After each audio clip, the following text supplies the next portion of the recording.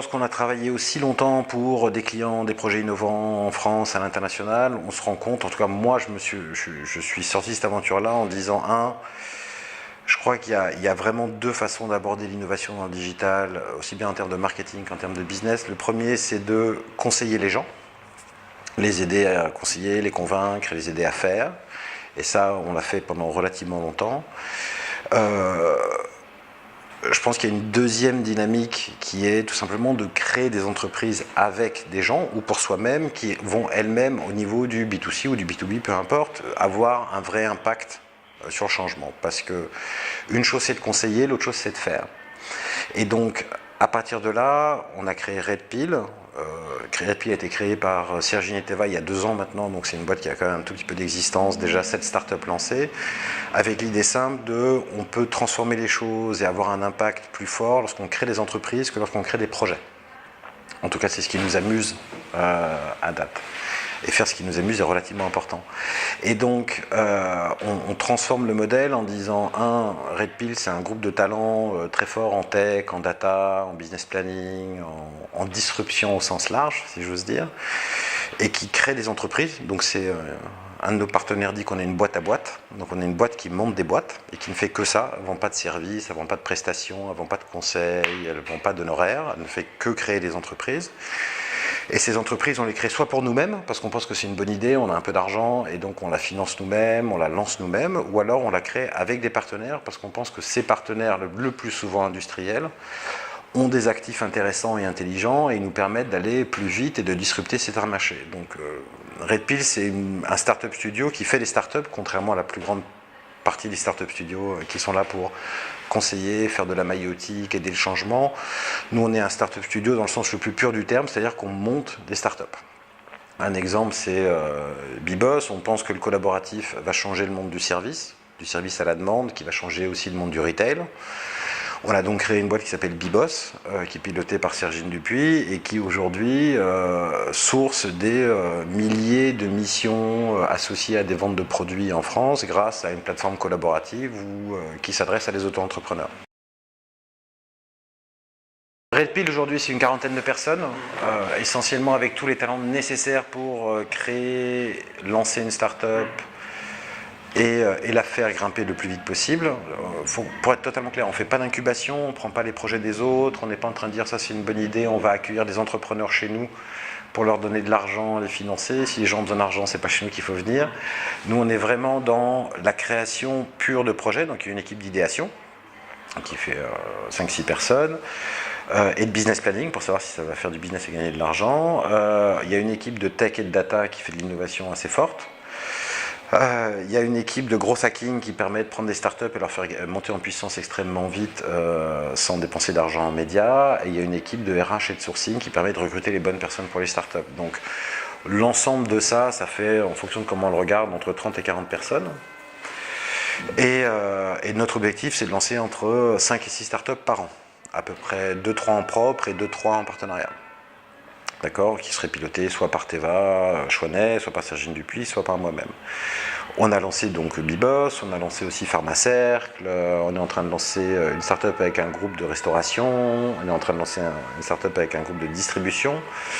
Et donc l'objectif pour chacune de ces start-up, c'est pas de la revendre le plus vite possible, c'est de faire en sorte de l'amener à la disruption totale de son marché. C'est ce que nous on cherche, c'est de dire voilà, de l'installer.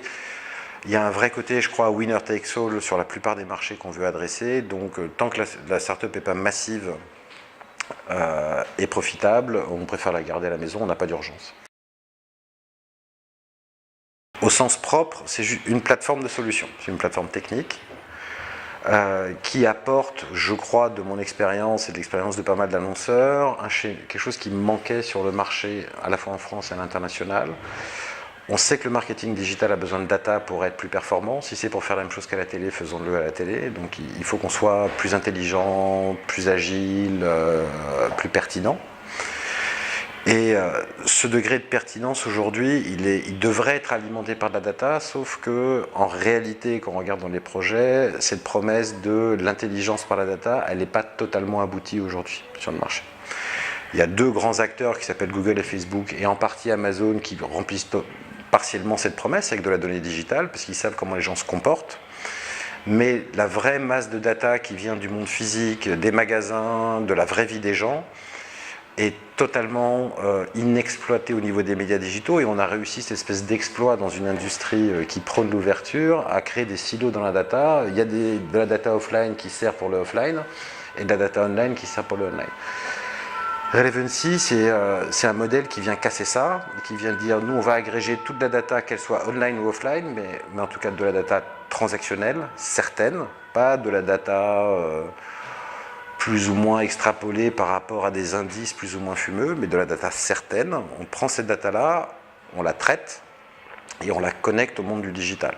Donc des transactions digitales, des transactions en magasin et des comportements digitaux agrégés dans un seul profil, qui lui ensuite est exploitable sur l'ensemble de l'écosystème. Donc le niveau d'ambition, c'est d'avoir de la data qui est totalement agnostique, qui puisse servir sur Google, sur Facebook, sur le web, dans la mesure de performance ou dans les insights, ou dans la création d'insights via des panels, et de faire en sorte qu'on décilote cette data qui aujourd'hui existe que en bundle data media ou que dans des contextes plus ou moins opaques et non transparents. C'est une JV avec le groupe Casino, qui est le point de départ de Relevancy, puisqu'on agrège toutes les données qui viennent de Cdiscount, Monoprix, Casino, Franprix, enfin de l'ensemble des enseignes du groupe Casino. Il est de notoriété publique qu'on est en train de signer des partenariats avec d'autres acteurs qui vont rejoindre Relevancy. Telco, distribution, médias, services financiers. Enfin, toutes les personnes qui pensent qu'ils ont une partie de la vision du consommateur, mais pas toute la vision. Et toutes les personnes qui pensent qu'en rejoignant le barycentre que Relevancy veut devenir de la data de qualité, en fait, à la fois, ils apporteront leur contribution à la vision globale, mais ils en recevront encore plus. Tout a été TCTP en août-septembre, on a lancé début octobre. Là, on est à peu près mi-novembre, on va dire, donc on a une dizaine de clients qui sont déjà actifs et qui tournent sur la plateforme. On a à peu près une trentaine de millions de profils, l'objectif d'en avoir une cinquantaine de millions d'ici la fin de l'année. On a l'ensemble de l'architecture qui fonctionne, l'ensemble de l'infrastructure qui fonctionne, et là, on est en déploiement sur, on va dire, sur nos très très gros clients. Ensuite, notre objectif, c'est de travailler avec toutes les agences, donc ça, toutes les discussions sont déjà en cours pour travailler avec elles, de travailler avec tous les gros opérateurs de marché. Il est de notoriété publique, on est en train de discuter avec l'ensemble des acteurs du marché pour savoir comment ils peuvent exploiter de notre data et créer de la valeur pour les annonceurs. Et bien sûr, donc du travail en direct avec certains gros annonceurs. Aujourd'hui, il y a une dizaine de clients qui sont actifs. On communiquera sur tout ça très officiellement d'ici la fin de l'année. Mais pour l'instant, on est encore une fois en phase de test. Pourquoi ? Parce qu'une chose, c'est de dire on a plein de data, elle est très riche, elle est très intelligente, et l'autre chose, c'est de la mettre à l'épreuve du feu, de mesurer réellement la performance incrémentale, de mesurer réellement si elle apporte de la valeur, si elle est signifiante. Et je pense qu'une des grandes erreurs du monde de la data dans le digital a été de croire que parce qu'on branchait deux tuyaux, tout d'un coup, le sujet fonctionnait. En fait, il y a beaucoup d'intelligence à ajouter et beaucoup de fine-tuning dans la data. C'est pas aussi simple que du branchement de tuyaux.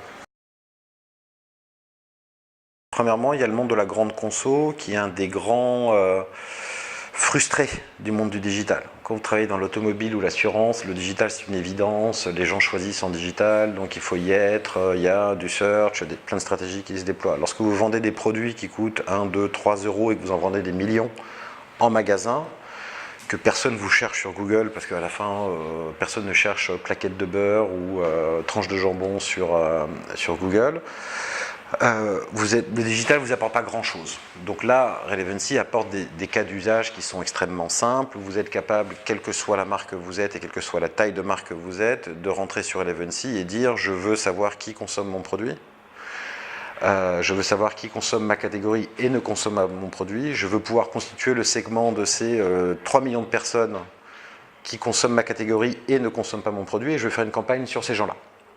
Donc ça, c'est un cas d'usage archi simple, avec une promesse assez rupturiste par rapport au monde digital d'aujourd'hui, qui est 100% d'impression sur cible. Une fois que vous avez choisi ce segment, vous allez communiquer que sur ce segment. Le deuxième ouverture de potentiel, c'est que globalement, une fois cette campagne faite, nous on peut en mesurer l'impact quotidien en magasin. On peut le mesurer quotidiennement, on peut le mesurer sur 30 jours, 90 jours, 120 jours. Ce qui veut dire que pour la première fois, les gens de la grande conso ont une vraie feedback loop, ils ont un retour comme un e-commerçant, sauf que ça se passe en magasin. Et donc on peut savoir quelle est la création qui vend le mieux, quelle est la fréquence qui vend le mieux, etc. Donc ça c'est un deuxième sujet qui est assez rupturiste et un cas d'usage extrêmement simple. Ensuite, il y a tout le sujet du non-alimentaire. On fait des campagnes en ce moment, des tests, plus que des tests, parce que ça devient des grosses campagnes, dans la téléphonie, le jeu vidéo, etc. Pourquoi? Parce que, grâce à ces discounts et tous les géants, tous les hypermarchés, on a quand même une vue assez large de qui consomme quel type de produits non alimentaires.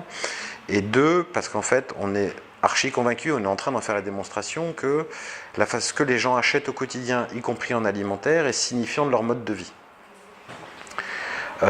Ce que vous achetez, c'est un peu représentatif de qui vous êtes. Ce que vous mangez est représentatif de qui vous êtes. Et donc, globalement, à partir de ces datas de consommation quotidienne, on arrive à remonter sur des comportements du type early adopter, adore la culture, etc., très signifiants. Donc, on est, je pense, dans cette grande avancée qui est de dire, de notre point de vue, c'est en mélangeant la data qu'on trouve des insights supplémentaires, et il y a plus intelligent à faire pour trouver quelqu'un qui veut acheter des jeux vidéo que juste prendre ceux qui en ont déjà acheté. Ceux qui en ont déjà acheté, c'est une bonne nouvelle. Ceux qui en ont cherché, c'est pas idiot. Ceux qui en parlent, ce que fait Facebook, c'est pas mal non plus. Maintenant, il y a des gens qui achètent des jeux vidéo, qui en parlent pas sur les réseaux sociaux, qui ne les cherchent pas sur Google et qui les ont pas forcément déjà achetés. Et ces gens-là, on peut les identifier à travers d'autres signaux faibles. Ce qui m'a le plus drivé à date, c'est de dire, moi je crois qu'il ne faut pas perdre une seule journée sans avoir fait un truc qui fait la différence. Et il ne faut pas se satisfaire de l'existant et toujours pousser les modèles un peu plus loin, jusqu'au bout et aller au fond des choses. Donc je crois que cette capacité qu'a le digital à créer des lignes de rupture et à envisager des choses qui n'étaient pas faisables précédemment, c'est autour de ça qu'il faut pousser. Moi je trouve que, comme partout, il y a des gens qui sont très grégaires dans le digital, qui font ce que les autres ont déjà fait. Je pense que ce que moi j'ai essayé de faire jusqu'à maintenant, et ce que je vais continuer à essayer de faire, c'est de faire des choses que personne n'a encore essayé de faire, essayer de les faire mieux. Et donc, globalement, un de mes gros sujets, c'est ce n'est pas parce que personne ne l'a encore fait que ce n'est pas faisable. Voilà, et je pense que le digital ouvre 100% des portes.